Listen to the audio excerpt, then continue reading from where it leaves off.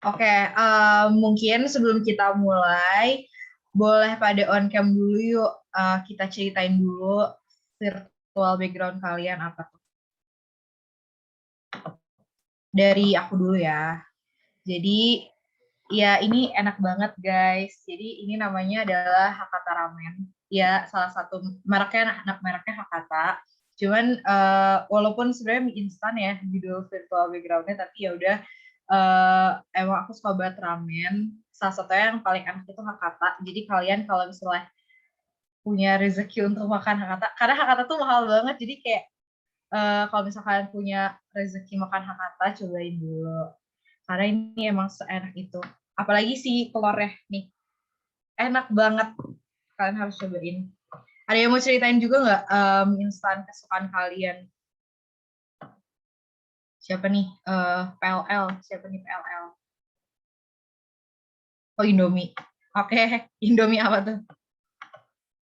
Indomie kan banyak.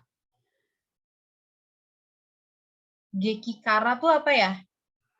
Itu nama ininya apa gimana? Pada suka ramen juga ya. Oh, Geki Kara tuh nama ramen. Ramen girl. Terserah aja deh si Cimeng. Iya, Saming juga enak sih. Geki Kara tuh yang ini, apa namanya? Ramen instan gitu atau nama tempat?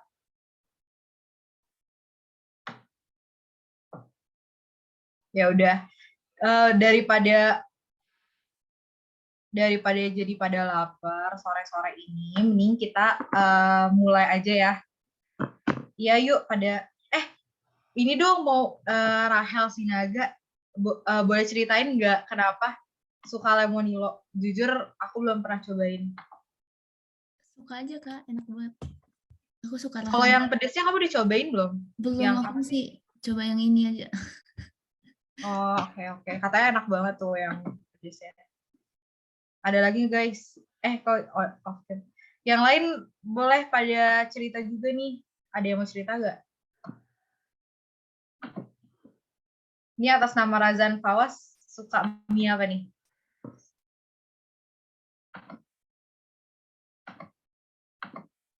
Mukanya gede banget ya Allah, bisa ngasih nggak di spotlight? Ya udah, kalau gitu, kalau nggak ada yang cerita lagi, mungkin kita Kari lanjut ayam, Kak. aja. Apa? Kari ayam, Kak. Oh, kari ayam. Indomie atau apa tuh mereknya tuh? Apa aja, Kak? Oh, apa aja yang penting makannya sama doi ya? Mau nasi sih, Kak. Oh, sama nasi. Mie-nya 2 porsi ya? 3 bungkus sih biasanya. Oh, 3 bungkus. Oke. Indomie ayam geprek juga enak banget, sumpah. Aku juga suka. Ya udah, kita mulai aja ya, guys, biar gak kesorean. Jadi hari ini kita tuh bakal bahas kurva produksi. Sorry, ada TikTok. Kita hari ini bakal belajar kurva produksi, tapi kita nggak akan belajar semua teorinya. Jadi kan kalau untuk teorinya sendiri itu nanti kalian bakal belajar tentang apa aja sih yang dimaksud dengan input gitu. Terus kalian juga bakal belajar gimana caranya naikin produksi dan lain-lain gitu. Nah, tapi untuk materi produksinya itu kalian bakal ada juga nih kelas di Bersinar hari Sabtu besok. Jadi kalau misalnya kalian pengen tahu materi secara keseluruhannya, teorinya, itu kalian bisa ikut yang hari Sabtu. Nah, tapi hari ini aku bakal kasihnya untuk kurva-kurvanya dulu, karena untuk kurvanya aja itu tuh lumayan banyak dan susah ya kalau misalnya harus dihafalin satu-satu. Jadi hari ini kita bakal bahas gimana sih cara ngebuat kurvanya dan gimana cara nginget bentuk-bentuk kurvanya kayak gitu. Beda sih kalau teori produksi itu ini nih. Ini aku ada PPT-nya juga biar kalian bisa dilihat. Nah, jadi kalau teori produksi itu ngomonginnya bukan teori perilaku produsen, yaitu beda. Kalau teori perilaku produsen tuh dia yang law of diminishing return dan lain-lain kan. Nah, kalau misalnya kalau di teori produksi itu nanti kalian bakal belajarnya tuh faktor produksi, terus juga ini nih yang paling pentingnya perhitungan laba rugi di produksi gitu. Nah, sebelum masuk ke kurvanya, biar nggak bingung, apa sih TC, terus juga ada AC, MC, FC, VC kayak gitu, aku bahas singkat dulu tentang perhitungan laba ruginya. Nah, nanti kalau misalkan ada yang mau ditanyain atau ngerasa aku ngomongnya kecepatan, boleh tolong di-remind aja ya, feel free buat on mic aja kalau misalnya ada yang mau disampaikan, biar nggak capek ngetik-ngetik itu. Nanti kalau ada yang mau ditanyain atau mau disampaikan boleh langsung aja. Oke, yaudah sekarang kita bahas dari perhitungan laba rugi dulu ya. Jadi untuk mengetahui laba rugi itu caranya adalah mengetahui penerimaan dan pengeluarannya. Kalau penerimaan ya seperti yang kalian tahu ya, penerimaan itu adalah pendapatannya gitu. Tapi kalau pengeluaran berarti biaya yang dikeluarkan dalam kita melakukan produksi gitu. Nah, sekarang kita bahas satu-satu dulu ya, dari yang totalnya dulu. Di sini ada TR sama TC. Nah, TR sama TC ini singkatan dari T-nya ini total,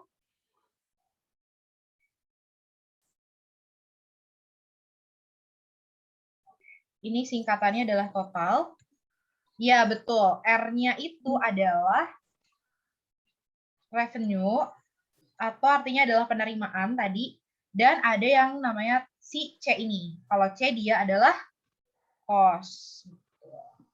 Nah, untuk bisa tahu total dari penerimaan kita, misalnya kita contohin aja. Misalnya kita mau bikin toko ini ya, olahan mie Indomie gitu ya. Kita mau jualan Indomie nih. Indominya pakai kornet, pakai telur dan lain-lain. Nah, kalau misalnya kita mau jualan satu mangkok Indomie yang harganya adalah Rp5.000, berarti untuk tahu penerimaan dari kita jualan Indomie itu ya udah kaliin aja satu mangkoknya itu harganya 5.000 dikalikan berapa mangkok yang kita berhasil jual. Gitu. Jadi kalau mau menghitung total penerimaan, simpelnya adalah kaliin aja harga dari barang yang kita jual dikalikan dengan ada berapa banyak yang berhasil kita jual. Jadi kalau misalnya kita tadi jualan Indomie harganya 5.000, kita berhasil jual 5 mangkok, berarti kita penerimaannya 25.000. Kayak gitu. Jadi di sini tinggal dikaliin aja. Tadi udah ada yang jawab ya. P ini adalah si price. Sedangkan Q di sini adalah quantity atau kuantitasnya. Kuantitas. Kalau P itu adalah si harga. Jadi tinggal dikaliin aja. Jadi sebenarnya kalian nggak harus kayak ngafalin. Oh, TR itu P kali Q gitu. Kalian tinggal bayangin aja. Kalau misalnya kalian mau tahu penerimaan dari jualan Indomie, ya udah kalian aja ada berapa banyak barangnya dan harga satu barang itu berapa. Kayak gitu. Ada yang bingung nggak TR? Sebelum kita lanjut TC. Aman. Oke, aman ya. Sekarang lanjut ke TC-nya. Nah, kalau TC ini kan menghitung pengeluaran di saat kita menjual Indomie ya. Nah, berarti apa aja sih pengeluaran yang dikeluarkan kalau kita jualan Indomie? Kalau misalnya lagi nggak ada yang ditanyain, boleh di-mute ya. Razan Fawas, tolong di-mute. Cara programmer bisa tahu apa yang lagi trending di TikTok versi 2. Lu buka profile TikTok lu, klik salah satu video lu. Kayaknya dia nggak nge deh. Ya udah muncul, terus lu klik cek. Lu pindah ke bagian network. Nah kayak gini lu refresh biar muncul ya. data-datanya. Terus lu cek salah satu API-nya TikTok dan nanti bakal ada muncul kayak gini cuy. Cara programmer bisa. Si Meng. Mute dulu Meng. Bentar. Coba kita chat aja ya.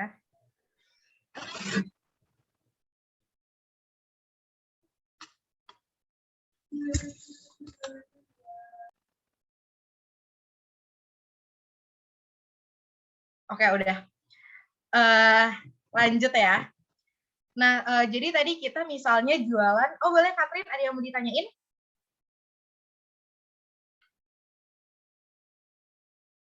Oh, enggak, pencet. Kita lanjut lagi. Jadi kalau bisa kita mau menghitung biaya pengeluaran di saat kita menjual Indomie, yang kita hitung tuh apa sih, gitu ya? Nah, yang kita hitung, kita tuh kalau misalnya mau jual Indomie itu butuh apa aja? Pertama, kita butuh Indominya, ya kan? Kita butuh Indominya, Terus kita juga butuh telur misalnya, terus tadi kita jualannya Indominya pakai kornet, berarti ada kornet juga gitu kan. Terus ada airnya, terus juga kita butuh mangkoknya, kita butuh pancinya, kita butuh kompor, butuh garpu gitu kan. Nah, di situ kan banyak banget tuh pengeluaran yang diperlukan untuk bikin Indomie. Nah, dari pengeluaran itu kita bisa golongkan ke dalam 2 jenis pengeluaran. Ada yang namanya FC atau singkatan dari fixed cost, ini yang fix, dan ada yang VC atau yang variable. Bedanya apa sih yang FC dengan yang VC? Ini jangan sampai kebalik ya. Kalau yang FC, dia itu yang fix. Dia itu yang tidak dipengaruhi dengan berapa banyak kita jualan Indomie. Misalnya, kita mau jualan Indomie 5 mangkok sama 10 mangkok, butuh kompornya beda atau sama? Sama-sama aja kan? Ya kompornya satu aja gitu. Nanti kan pada akhirnya juga kita bisa menghasilkan 10 mangkok gitu. Tapi beda sama variable cost. Kalau variable cost, dia itu yang dipengaruhi sama kuantitasnya. Contohnya kayak apa? Ya Indominya. Kalau kita mau jual 10 mangkok dengan yang 5 mangkok, pasti jumlah Indominya beda dong. Ya enggak? Ini Razan Fawas nge-unmute lagi. Maksudnya apa nih? Bentar-bentar. Chat lagi ya. Oke, lanjut. Jadi kalau misalnya yang fixed cost, dia yang tidak dipengaruhi dengan key, tapi kalau variable cost, dia yang dipengaruhi sama jumlah key-nya. Gitu. Contoh yang lain apa sih? Contoh yang lain kayak gasnya. Gasnya itu masuk ke variable cost. Kalau misalnya jualan Indominya cuma 1 mangkok, pasti lebih. Oh, di live audio. Oke. Apa namanya? Kalau misalnya Indominya jual 1 mangkok, pasti lebih dikit dong pakai gasnya dibandingkan kalau jualnya 10 mangkok kayak gitu. Terus ada pertanyaan lagi nih, gimana kalau misalnya ngomongin tenaga kerjanya? Kokinya nih untuk bikin Indomie, dia itu gajinya masuk ke variable cost atau ke fixed cost? Coba ada yang mau bantu jawab gak kira-kira tenaga kerjanya nih si chefnya ini dia masuknya ke fixed cost atau ke variable cost? Fix. Kenapa tuh? Fix. Karena mempengaruhi. Oke, ada yang fix, ada yang variable ya. Nah, sebenarnya si koki ini dia masuk ke fix ya. Karena gini, kenapa dia masuk ke fix? Karena kalau misalnya kita jualan Indomie, terus kita punya 1 tenaga kerja untuk bikin Indominya. Terus kalau misalnya di hari itu, dia itu cuma bisa jual 10 Indomie, sama waktu dia suatu hari dia jualnya sampai 15 mangkok Indomie, pada akhirnya dia dibayarnya sama kan, setiap bulannya dia dibayarnya sama, nggak akan ngaruh dia mau berapa banyak gitu. Kalaupun nggak laku nih 1 hari nggak ada yang beli, ya dia tetap digaji gitu kan. Jadi si tenaga kerja ini dia masuk ke dalam fixed cost. Nah terus gimana nih Kak kalau misalnya ternyata kita jualan Indomie bisa sampai 100 mangkok? Nggak mungkin dong yang bikinnya itu cuma 1 orang, pasti kita butuh banyak tenaga kerja lagi tambahan gitu. Nah, jadi untuk si fixed cost ini, dia itu akan tetap untuk jangka waktu tertentu. Jadi bukan berarti selamanya kita itu nggak akan nambah biaya di fixed cost-nya. Gitu. Suatu hari kita bakal mengeluarkan fixed cost lagi. Makanya kalau di jangka pendek, itu dia ada fixed cost dan variable cost. Tapi kalau di jangka panjang, semua biaya itu dianggap variable lagi. Karena pada akhirnya si fixed cost itu kita kan bayar lagi kan. Tiap bulan kita bayar si pegawainya itu lagi, atau kita harus merekrut orang lebih banyak kalau misalnya jualan Indominya laku banget. Atau misalnya suatu hari kompor kita meledak nih, butuh kompor baru, akhirnya fixed cost itu akan jadi variable lagi. Kebayang nggak? Jadi untuk jangka waktu tertentu, fixed cost itu akan kembali menjadi variable. Nah terus jangka waktunya itu berapa lama sih? Apakah dia itu akan kembali jadi variable kalau misalnya udah dihitungnya 1 bulan atau 1 tahun, atau berapa lama gitu untuk kembali jadi variable cost? Nah, untuk jangka waktunya itu tergantung dengan apa yang jadi fixed cost-nya. Kayak misalnya tadi, pegawai. Kita kan bayar lagi kan setiap apa? Setiap bulan. Berarti dia akan menjadi variable lagi setiap bulannya. Gitu. Dia akan kita bayar lagi kan. Makanya dia kembali jadi variable. Tapi kalau misalnya kayak kompor tadi, kita nggak tahu kapan sih kompor ini bakal meledak. Apakah tahun depan kita harus ganti atau besok kita nggak tahu gitu. Makanya jangka waktu ini nggak menentu kapan dia bisa kembali menjadi variable. Gitu. Tapi intinya di jangka panjang dia akan menjadi variable lagi. Ada yang bingung nggak maksudnya perbedaan fixed cost sama variable cost?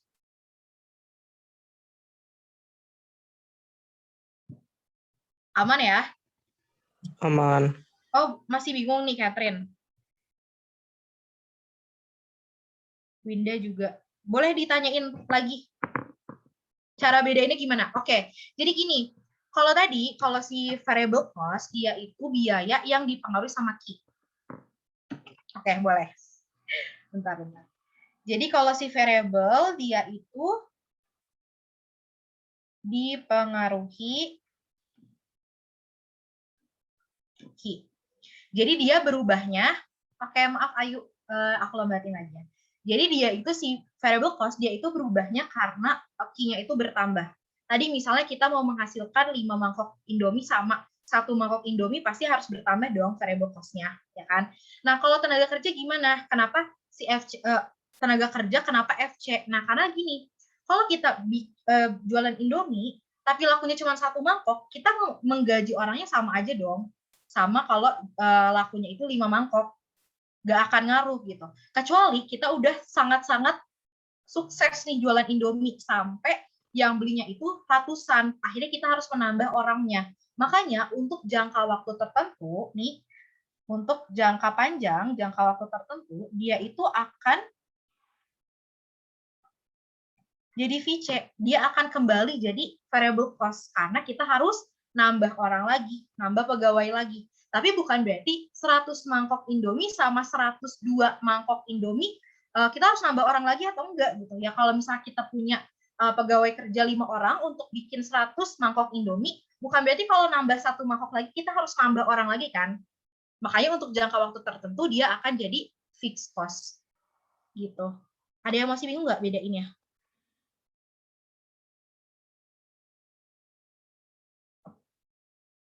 Oke. Aman ya? Jadi kalau misalnya jangka pendek, dia itu ada FC sama VC, tapi kalau di jangka panjang, dia akan jadi variable cost lagi.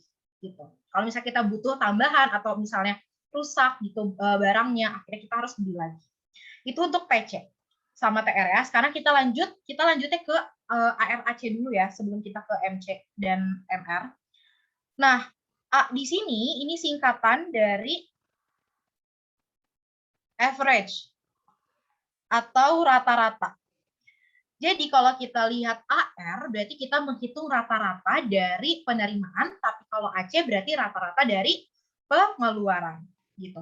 Nah, kalau misalnya si AR, tinggal kita bayangin aja. Jadi nggak usah tuh dihafalin AR itu TR per Q, AC itu TC per Q. Nggak usah kayak gitu. Kenapa? Karena kita udah tahu kan, rumus menghitung rata-rata tuh gimana sih? Misalnya kalau misalnya di matematika, kita menghitung rata-rata berat badan anggota kelas misalnya. Nah, gimana caranya menghitung rata-rata anggota kelas berat badannya? Ya udah jumlahin aja si A berapa, si B berapa, si C berapa, dibagi dengan berapa orang yang ada di kelas tersebut. Gitu kan ya, untuk menghitung rata-rata berat badan. Nah, sama juga, sama kayak di ekonomi. Kalau kalian ketemu sama rumus average atau rumus rata-rata, pasti rumusnya itu adalah totalnya dibagi dengan banyak jumlahnya. Gitu. Jadi untuk menghitung AR, untuk menghitung rata-rata penerimaan, ya udah totalin aja penerimaannya dibagi dengan jumlah barangnya yang berhasil kita jual tadi.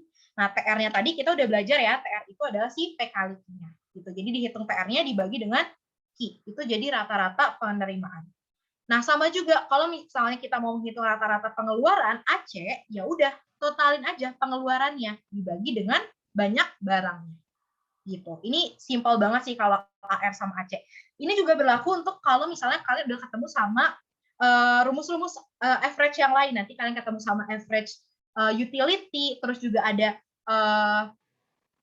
average total product dan lain-lain, itu juga sama. Pada akhirnya menghitungnya itu adalah total dibagi dengan jumlah barangnya.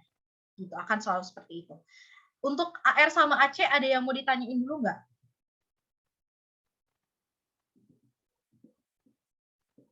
Oke, aman ya? Lanjut ke MR sama MC.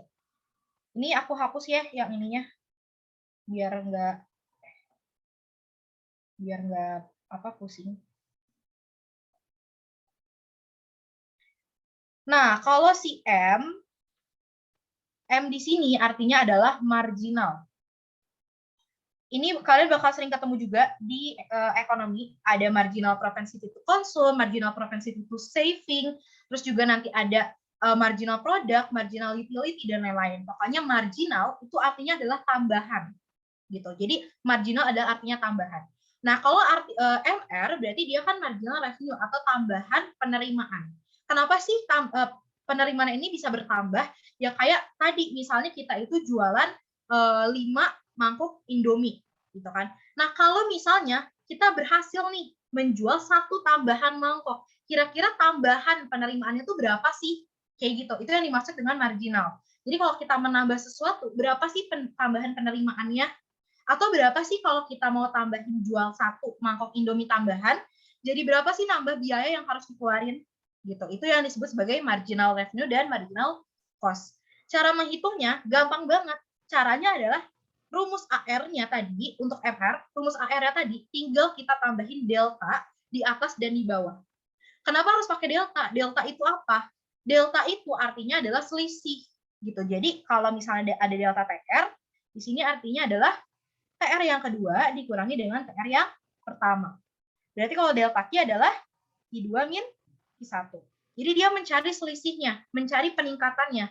Sesuai dong dengan artinya, marginal itu artinya tambahan. Jadi ya udah kita hitung tambahan penerimaan, tambahan total penerimaan dari tambahan kuantitasnya.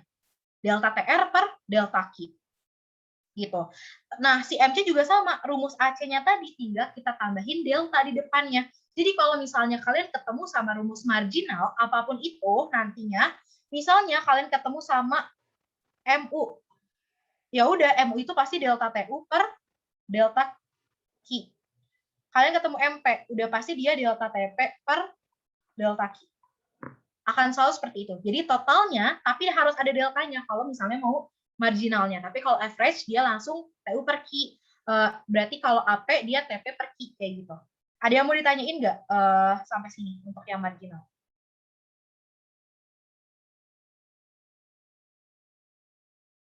Kehapus lagi ini. Oke, aman ya.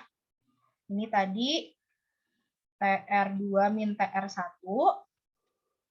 Yang ini Q2 min Q1.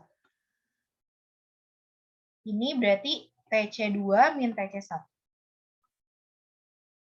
Oke. Nah, dari sini, dari penerimaan dan pengeluaran yang udah kita pahami tadi, ada TR, ada MR, ada AR, TC, MC, dan AC, kita tuh bisa menggolongkan perusahaan ini, kita jualan Indomie ini, warung kita jualan Indomie itu, kita laba atau rugi sih dari jualan Indomie ini. Gimana cara tahunya? Itu sebenarnya tinggal hitung aja dari TR sama TC-nya. Kalau misalnya laba, kan kalian tahu ya laba itu adalah keuntungan. Berarti kalau bisa dihitungnya laba, atau kita mau tahu apakah perusahaan kita itu untung atau enggak, caranya adalah pasti penerimaan yang itu harus lebih besar daripada pengeluaran kita. Kalau misalnya kita jualan Indomie, pengeluarannya lebih banyak, berarti dia jadinya rugi, karena biaya yang kita bayarkan lebih mahal daripada apa yang kita terima. Kayak gitu. Jadi untuk mengetahui laba rugi, simpel banget. Kalau laba berarti PR-nya lebih besar daripada TC, kalau misalnya rugi berarti dia kebalikan. TC lebih besar daripada PR. Nah, ada juga nih kondisi dia nggak laba, nggak rugi. Jadi habis untuk si pengeluaran penerimaan itu habis untuk melakukan pengeluaran. Itu artinya adalah BEP atau break even point ini. Jadi habis tuh labanya sama dengan 0. Kita nggak dapat keuntungan sama sekali. Ya udah habis aja. TR sama dengan TC, itu kondisi BEP. Oke, di sini ada pertanyaan. Jadi yang marginal tadi harus ada target penjualannya ya biar tahu. Sebenarnya bukan target penjualan, lebih ke kalau misalnya kita nambahin mau jualan, misalnya suatu hari kita ada nih yang jual lagi, ada yang mau beli lagi, tapi kita tuh udah menghitung TR sama TC-nya. Nah, buat tahu tambahannya kita harus dari MR sama MC kayak gitu. Jadi bukan target penjualan gitu sih. Oke, aman ya? Ada yang mau ditanyain lagi untuk ini laba rugi? Kalau udah aman. Nah, kalau ini sebenarnya cara cepat tuh sama kayak tadi. Kalau misal kalian mau cari average atau yang lambangnya A, kalian tinggal lambangin aja A kotak sama dengan T kotak per Q. Jadi kalau kalian mau cari apapun, mau AR berarti TR per Q, mau AC berarti TC per Q, mau AP berarti TP per Q. Mau AU berarti TU per Q, dan seterusnya. Itu akan sama aja. Gitu. Terus kalau marginal, tadi ya, kalau marginal itu rumus average-nya tinggal tambahin delta aja di depannya, atau bisa juga pakai turunannya, kalau misalnya dikasih tahu fungsi. Nah, kalau turunannya ya udah langsung aja. Kalau kalian kalian mau cari MR berarti TR aksen, kalau mau cari MC berarti TC aksen, kalau mau cari MP berarti TP aksen, mau cari MU berarti TU aksen. Dia akan selalu diturunin aja dari si fungsi totalnya. Gitu. Tapi kita nggak akan bahas fungsinya ya, karena kita bakal masuk ke kurva. Sampai sini ada yang mau ditanyain dulu sebelum kita masuk ke kurvanya?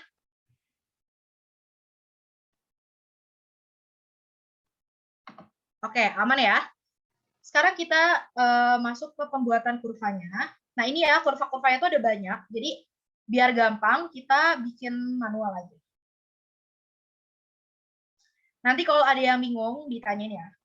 Pertama, kita bakal bahas yang tiga, ini nih. Tiga yang pertama ada TC, FC, dan VC. Kita gambar dulu kurvanya nih di sini.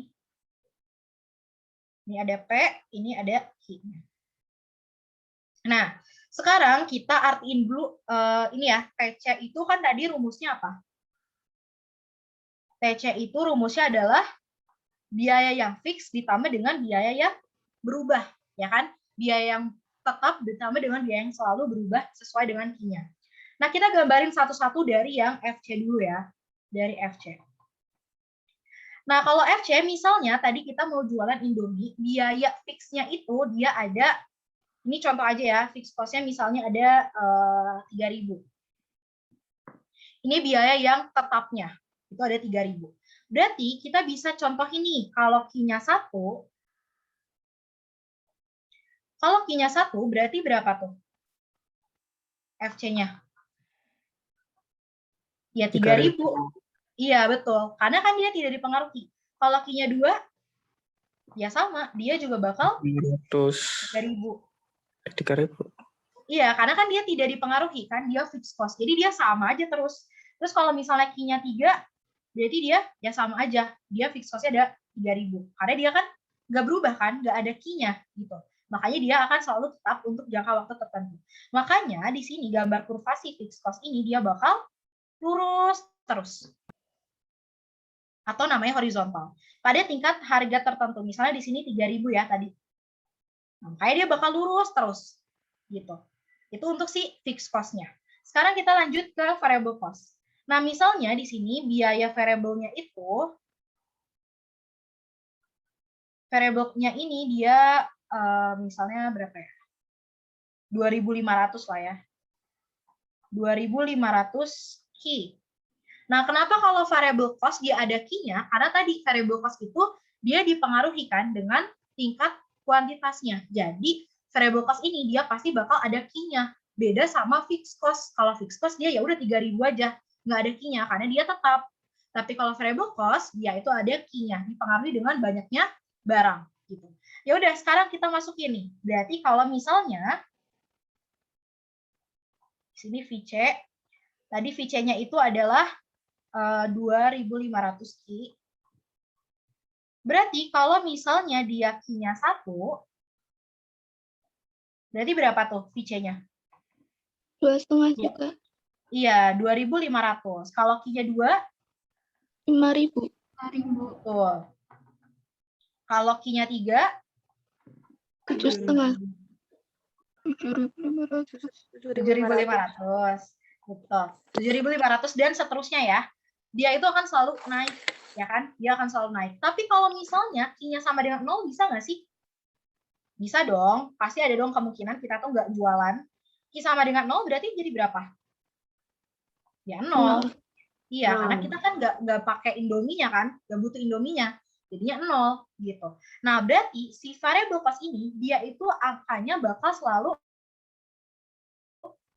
semakin Q-nya semakin tinggi akan semakin bertambah, akan semakin besar variable cost-nya. Dan dia berangkat dari angka 0 gitu. Kalau kita nggak berproduksi berarti dia bakal 0. Tapi kalau semakin banyak berarti variable cost yang kita keluarin bakal makin banyak juga. Jadi gambar kurvanya dia itu akan semakin naik ke atas. Ini dia FC, ini variable cost. Dia akan naik terus ke atas tergantung dengan banyaknya key-nya tadi.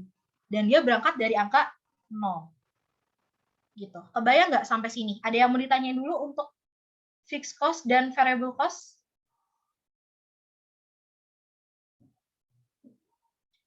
Oke, aman ya? Bisa ya bedain antara fixed cost dengan variable cost. Nah, sekarang kita lanjut ke yang ketiga, itu adalah si TC-nya.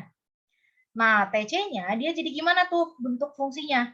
Dia itu bentuk fungsinya jadinya 3.000 tambah 2.500 Ki.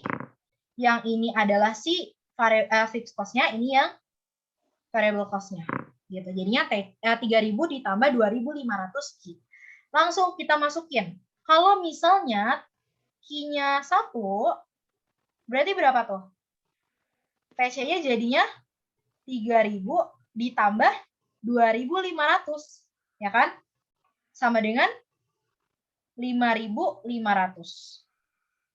Lanjut lagi, kalau Q-nya 2, TC-nya bakal 3.000 ditambah 5.000. Berarti dia jadi 8.000. Lanjut lagi, kalau misalnya Q-nya 3, TC-nya bakal 3.000 ditambah 7.500. Betul. Jadi totalnya 10.500. Nah, berarti ini, oh ya, tadi juga ada kemungkinan dia Q-nya 0 ya. Kalau kita nggak jualan, berarti kita cuman bayar si fixed cost-nya. Kita tetap bayar fixed cost-nya, ya kan? Karena si fixed cost itu tidak dipengaruhi kita laku apa enggak jualannya. Kita tetap bayar fixed cost-nya, gitu kan? Makanya di sini jadinya 3.000 ditambah 0 atau 3.000 aja. Kita bisa simpulin untuk TC ini dia juga angkanya akan semakin besar kalau misalnya Q-nya semakin besar. Bedanya apa sama variable cost? Bedanya adalah kalau variable cost dia berangkat dari angka 0. Kalau Q-nya 0, variable cost-nya 0. Tapi kalau TC, kalau Q-nya 0, pasti TC-nya kita bakal tetap keluarin. Tapi yang kita keluarin adalah biaya fixed cost-nya. Karena di sini fixed cost-nya 3.000, maka gambar TC-nya dia itu akan naik terus, tapi berangkat dari angka 3.000. Jadi dia dari sini. Gitu. Ini si TC-nya. Kalau misalnya fixed cost-nya ada di sini, berarti TC-nya di mana? Ya TC-nya bakal di sini. Dia bakal nempel terus. Kalau misalnya FC-nya ada di sini, ya TC-nya bakal di sini. Dia bakal selalu nempel si TC dengan FC-nya. Karena tadi ini, kenapa alasannya? Karena ya tadi, kalau Q-nya 0, pasti dia tetap harus mengeluarkan fixed cost-nya. Gitu. Sampai sini ada yang bingung nggak ngebedain ketiga kurva ini? FC, TC, sama VC. Ada yang mau ditanyain dulu? Bisa ya, gampang. Nah, sekarang kita lanjut lagi ke yang keempat. Di sini kita bakal bahas AFC. Nih, AFC. Nah, AFC itu rumusnya apa sih? Coba tadi kalau kita mau menghitung rata-rata, ada yang ingat nggak? Kalau AFC jadi rumusnya apa? Kita mau menghitung average, mau menghitung rata-rata. FC per Q. Betul. FC per Q atau bisa juga ada soal yang menyebutnya ada T-nya ya, depannya TFC per Q. Sama aja ya, mau TFC, mau FC doang, itu juga sama aja. Jadi rumusnya bisa TFC per Q atau FC per Q, itu bakal sama aja. Nah, karena rumusnya seperti ini, dia itu berarti semakin turun. Karena bisa makin turun, kita contohin aja. Tadi kita punya FC-nya itu sebesar 3.000, ya kan? Berarti kalau Q-nya 1, berarti AFC-nya 3.000 bagi 1, ya kan? Berarti 3.000. Terus kalau Q-nya 2, berarti AFC-nya 3.000 bagi 2, berarti 1.500. Terus kalau misalnya Q-nya 3, berarti AFC-nya 3.000 bagi 3, berarti 1.000. Gitu kan? Nah, kalau kita lihat, ini tuh angkanya akan semakin kecil. Semakin banyak Q-nya, kita akan semakin berkurang nih yang kita bayarkan untuk si variable cost masing-masingnya. Gitu. Iya, betul. Dia ngebebani yang jadinya dia makin kecil. Kita bisa lihat juga nih dari rumusnya, karena dia itu berbanding terbalik antara AFC dengan Q itu jadi pembagi, semakin besar Q-nya, maka akan semakin kecil AFC-nya. Jadi gambar kurvanya enggak lagi dia horizontal. Kalau FC-nya aja, dia horizontal, dia lurus terus. Tapi kalau ada A-nya di depannya, AFC, rata-rata fixed cost, dia bakal turun terus. Nah, jadi gambar kurvanya gimana? Gambar kurvanya dia bakal turun ke bawah terus. Nah, ini jadi AFC-nya. Dia bakal habis suatu saat. Iya benar, A itu average atau rata-rata ya, Stefani.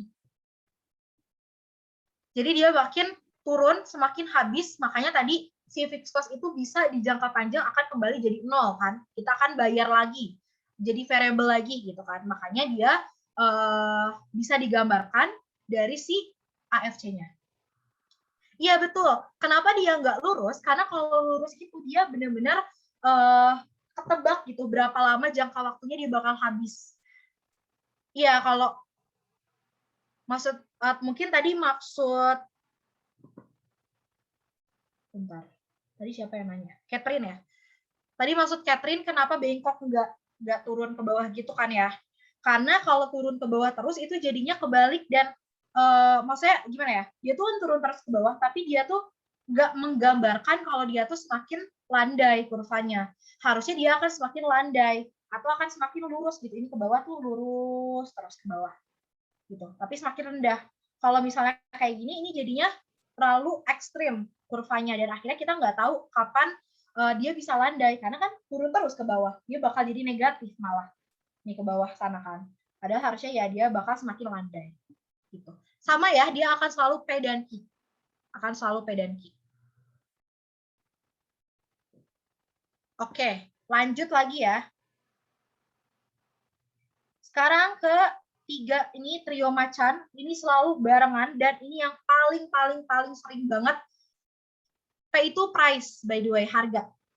Ini AVC, AC sama MC ini adalah kurva yang paling sering keluar di SIMA UI. Kalau di UTBK beda-beda ya, polanya nggak terlalu tergambar gitu ya. Dia yang lebih sering keluar yang kayak gimana.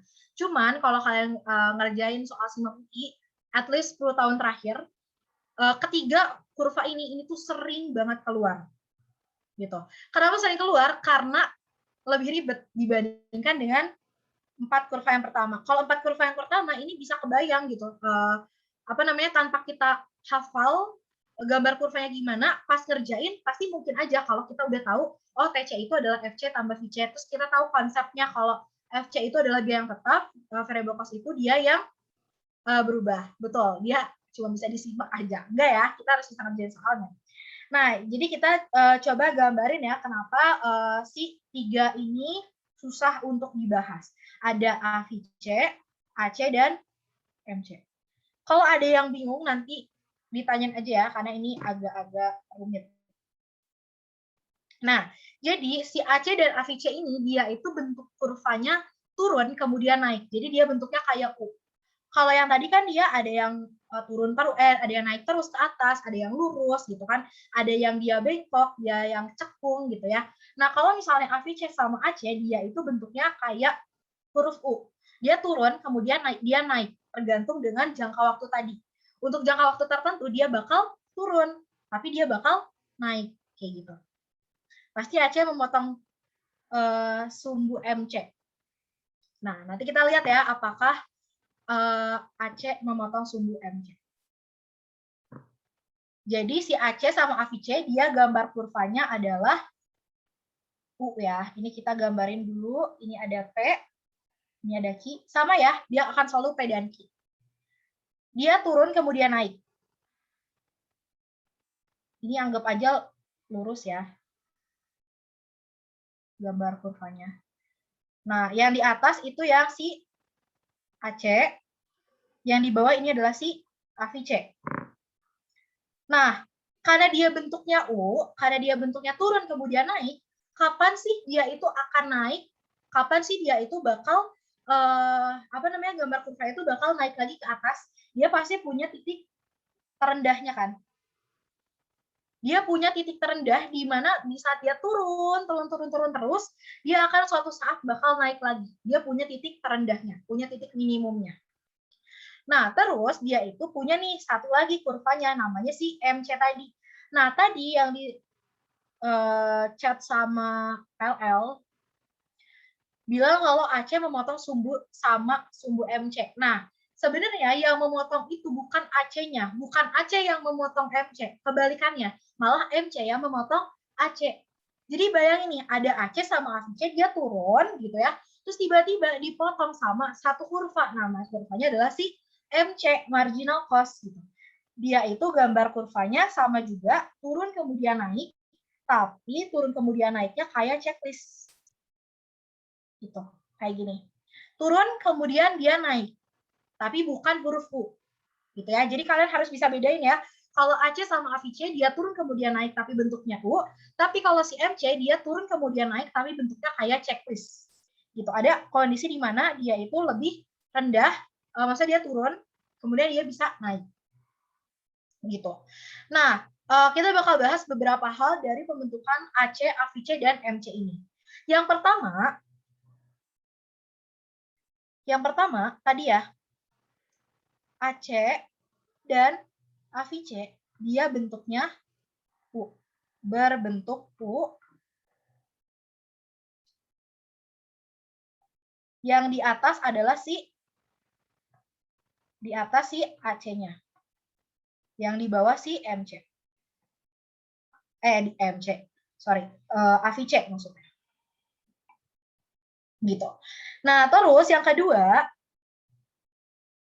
ada kondisi di mana si MC ini dia juga bentuknya naik kemudian turun, tapi bentuknya checklist ya. Ini aku tulisnya bentuknya checklist. Dan dia itu memotong AC dan AVC. Poin yang ketiga, kita lihat nih, MC itu memotong AC sama AVC di mana sih? Apakah bisa MC ini dia motongnya dari sini? Atau dari sini? Bisa nggak kayak gitu? Nggak bisa. Jadi dia itu, si MC itu akan selalu memotongnya di titik minimumnya AVC dan AC. Jadi MC akan memotong kurva AVC dan AC di titik minimumnya masing-masing. Jadi kalau kita tulis, si MC ini dia akan memotong AC dan AVC di titik minimum masing-masing. Nah, sampai sini pasti bakal muncul nih pertanyaan, apakah si MC ini dia motong AVC sama AC ini barengan atau enggak sih? Apakah kondisi terendahnya AC sama AVC ini tuh selalu barengan? Kan kalau kita lihat di sini kayak barengan ya, tapi sebenarnya dia itu nggak akan barengan. Kenapa? Karena bentuk kurva yang dia bentuknya checklist tadi, nggak mungkin dong dia bisa, bayangin aja kayak satu orang, nih si MC ini satu orang, tapi dia ada di dua titik yang berbeda. Nggak mungkin dong, dia pasti ada di satu titik yang masing-masing. Dia ada di mana dulu? Ada di titik minimumnya AVC atau ada di titik minimumnya AC dulu? Pasti dia akan ada di titik minimumnya AVC dulu. Kenapa? Karena dia bentuknya checklist. Nggak mungkin dia itu turun gitu ya, terus dia naik, tapi tiba-tiba ada di atas dulu, baru dia lanjutin dari bawah. Nggak mungkin kan? Pasti dia bakal kena duluan itu ke AVC. Baru dia naik lagi, naik, ketemu sama AC-nya. Gitu. Ini si AVC, ini AC-nya. Ini MC. Gitu. Jadi, si MC ini, dia tidak akan memotong AVC sama AC itu barengan. pasti MC ini dia akan memotong AVC dulu, baru nanti ketemu sama AC. Gitu. Jadi kalau kita tulis MC tidak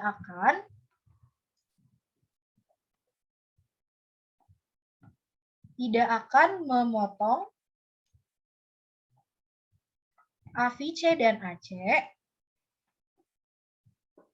ya tabrakan di waktu yang bersamaan.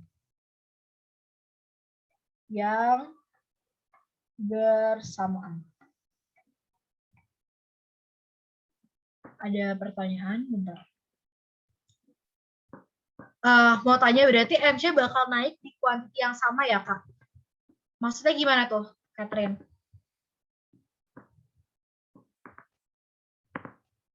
Maksudnya dia si ini ya? Bentar. MC bakal naik di kuantiti yang sama. Enggak. Jadi dia enggak. Ya boleh Catherine on mic aja. Jadi itu boleh digeser ke kurvanya nggak, Kak? Boleh. Nah, kan kalau kayak Yasmin digambarin itu, aku kan itu bakal naik, nah, kuantitinya tuh sama kayak huruf B gitu loh. Ini ya nah, maksudnya itu tuh beririsan ya ininya. Nah, sebenarnya enggak juga ya, tergantung sih sebenarnya. Tergantung nantinya pada akhirnya kalian dapat gambar kurvanya kayak gimana. Bisa aja dia tuh miring. Gini. Bisa aja gambarnya itu ini, terus dia jadinya kayak beda gitu, key-nya. Kebayang nggak maksudnya? Jadi bisa aja dia nggak beririsan. Ini titik key-nya, yang ini titik key-nya ini. Gitu. Cuman di sini aku gambarnya memang kelihatannya hampir sama, tapi sebenarnya dia miring ya. Karena gambar checklist kan nggak lurus ke atas key, tapi dia agak miring. Jadi key-nya itu akan berbeda. Gitu. Kebayang ya, Catherine? Ini ada pertanyaan juga yang masuknya ke private chat. Kenapa AC dan AVC ini dia turun dulu? Nah, kenapa AC sama AVC ini dia turun dulu? Karena balik lagi sama rumus AC sama AVC. Kan tadi rumus AC itu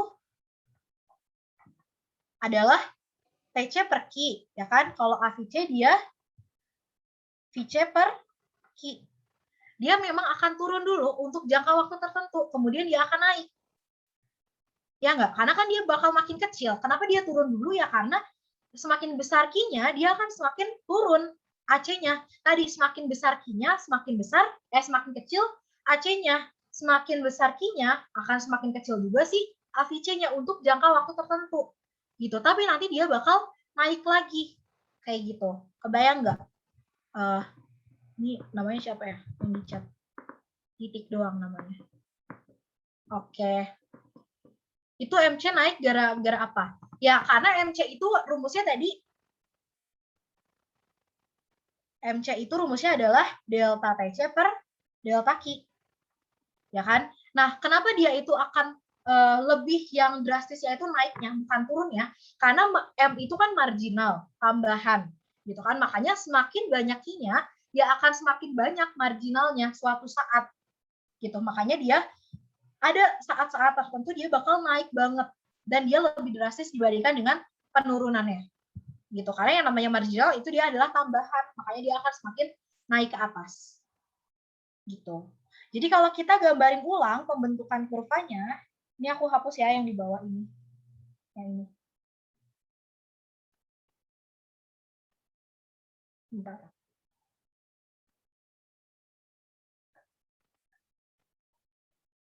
Betulnya kalau ada yang mau ditanya lagi, tanya aja ya.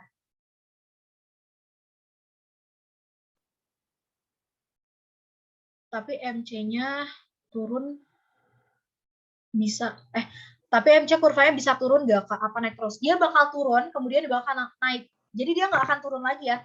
Si MC ini dia turun, kemudian naik terus ke atas. Dia akan turun lagi. Gitu. Tapi cuma periode tertentu ya, Kak. Pada saat periode apakah si MC ini dia naik. Nah, ini dia harus tahu angkanya. Kalau misalnya kalian mau tahu spesifik kenapa sih dia bisa naik, itu kalian bisa cari di YouTube. Itu ada gambar beneran maksudnya dimasukin angka gitu. Kenapa dia itu suatu saat dia bakal naik. Karena kita harus punya fungsinya untuk bisa tahu kenapa dia itu pada saat apa dia itu bakal naik gitu. Tapi kalau kita lihat dari rumusnya, yang namanya marginal dia itu akan semakin naik gitu. Kak, kurva MC bakal selalu jadi yang paling tinggi ya, Kak? Bisa jadi ya.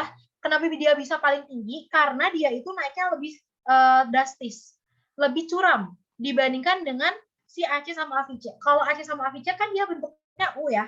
Jadi dia turun kemudian naik, tapi ya udah gitu, nggak terlalu drastis. Tapi kalau si MC dia tuh naiknya drastis banget. Dia lebih curam kemiringannya. Makanya memang posisinya itu dia tinggi gitu. Oke, nah sekarang kita coba gambarin ya. Gambarin ulang. Jadi yang bakal turun duluan itu siapa sih? Apakah AC-nya atau AVC-nya sih yang bakal turun duluan? Nah, yang bakal turun duluan itu adalah si yang di bawah nih, si AVC. Si AVC turun nih, turun. Terus si AC juga turun, tapi dia lebih lambat. Si AVC lebih di depan. Dia turun, terus di sini ada si MC juga dia turun gitu ya. Terus dia naik. Tapi dia turun lagi gitu ya. Ini si AVC, ini AC, ini MC. Dia turun gitu kan, ini turun lagi. Nah, suatu kondisi ada, dia itu kan ini udah naik ya. Salah. Dia kan ini naik nih. Nah, ada suatu kondisi di mana dia itu ketemu. Nah, ini titik terendahnya si AVC. Di saat si AVC ini mencapai titik minimumnya, dia itu akan ketemu sama si MC. Gitu. Dia ketemu nih si AVC sama MC di titik minimumnya AVC. Habis ketemu, kalau mereka itu udah ketemu, si AVC ini udah ketemu sama MC, si si AVC dia bakal naik.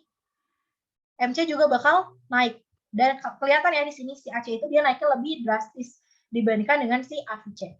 Si AC dia turun aja terus, dia lebih turun, dia masih turun kan. Nah, berarti kalau ada pertanyaan di soal, kalau misalnya AVC ini dia naik, AC-nya lagi apa?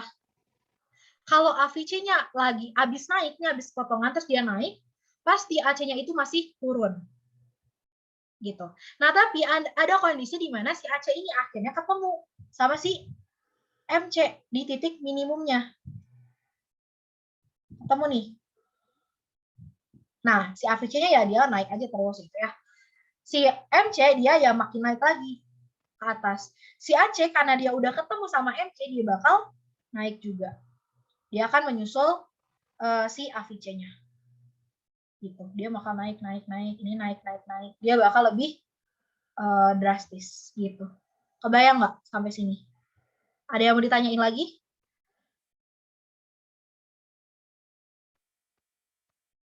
Kenapa MC naiknya lebih drastis? Karena ya tadi dia itu kan tambahannya lebih jelas dibandingkan dengan si AC sama AVC. Kalau si AVC ini sama AC dia itu rata-rata.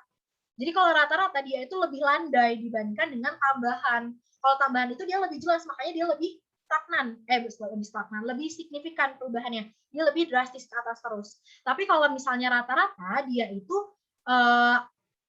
ya rata-rata gitu kan, dia nggak per satu unit, makanya dia kurang signifikan, dia lebih landai dibandingkan dengan peningkatan dari si MC. Jadi AVC naik, AC menuju titik terendah gitu ya Kak? Iya betul. Jadi di saat si AVC-nya ini, tapi ingat ya AVC-nya harus udah berpotongan dulu, karena kan ada kondisi AVC sama AC-nya ini sama-sama turun, ya kan? Pas sebelum mereka si AVC sama MC-nya ini ketemu, si AVC sama AC ini kan dia sama-sama turun kan? Tapi kalau AVC-nya udah ketemu sama MC, si AVC ini dia udah naik duluan, tapi AC-nya dia masih turun. Gitu, kebayang nggak? Jadi kalau ada pertanyaan, setelah MC ini ada juga ya di soal simak, setelah MC berpotongan dengan AVC, apa yang terjadi? Oh, yang terjadi adalah AVC-nya dia naik, MC-nya dia naik, AC-nya dia masih turun. Gitu. Jadi bukan berarti dia itu di satu saat yang bersamaan, karena masih banyak tuh orang yang jawab waktu ngerjain soal simak itu dia jawabnya karena menganggap bahwa AC sama AVC ini tuh berpotongannya barengan. Jadi anggapannya kalau misalnya MC udah berpotongan sama AVC, AVC-nya kan bakal naik, Nah, AC-nya juga naik, padahal belum tentu kan. Kan MC-nya masih di bawah, belum ketemu sama AC. Jadi AC-nya masih turun dulu untuk beberapa waktu. Sampai akhirnya si AC-nya mencapai titik minimum. Gitu. Dan jangan sampai kebalik ya, bukan MC-nya yang mencapai titik minimum, tapi MC yang memotong AVC dan AC di titik minimumnya masing-masing. Bukan MC-nya yang di titik minimum. Itu salah. Gitu. Oke, ada lagi yang mau ditanyain untuk semuanya? Ini sebenarnya udah habis untuk kurvanya. Kalau misalnya ada yang mau ditanyain, mungkin aku kasih waktu dulu ya untuk pertanyaan. Kalau misalnya kalian lebih pengen lihat yang lebih real gitu ya, penggambaran kurvanya, kalian cari aja di YouTube, ada yang namanya production curve. Itu dia masukin pakai angka beneran, jadinya lebih kebayang untuk pembentukan AC, AVC, dan MC. Gitu. Kenapa dia bentuknya kayak gitu. Oke, kalau misalnya nggak ada yang ditanyain lagi, boleh send chat ya, di chatnya angka 1. Aku hitung mundur ya. Ini ada yang ngechat juga nih.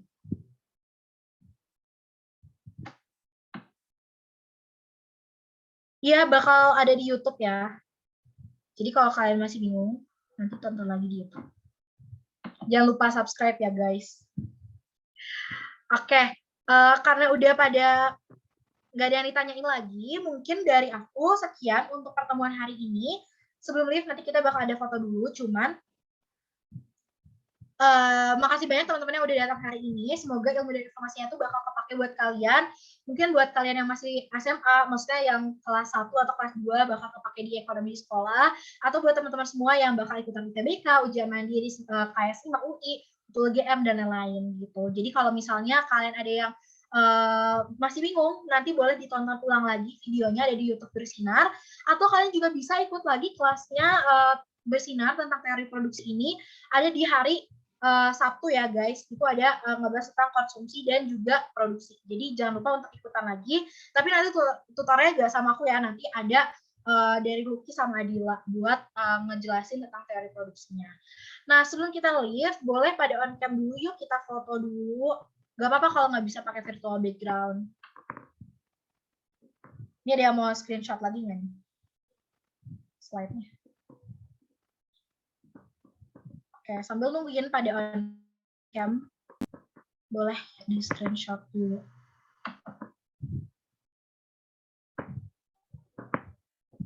Oke, aku matiin ya share screen-nya. Ada lagi yang mau on cam? Ini dari operasional ada yang bisa ini nggak? Screenshotin.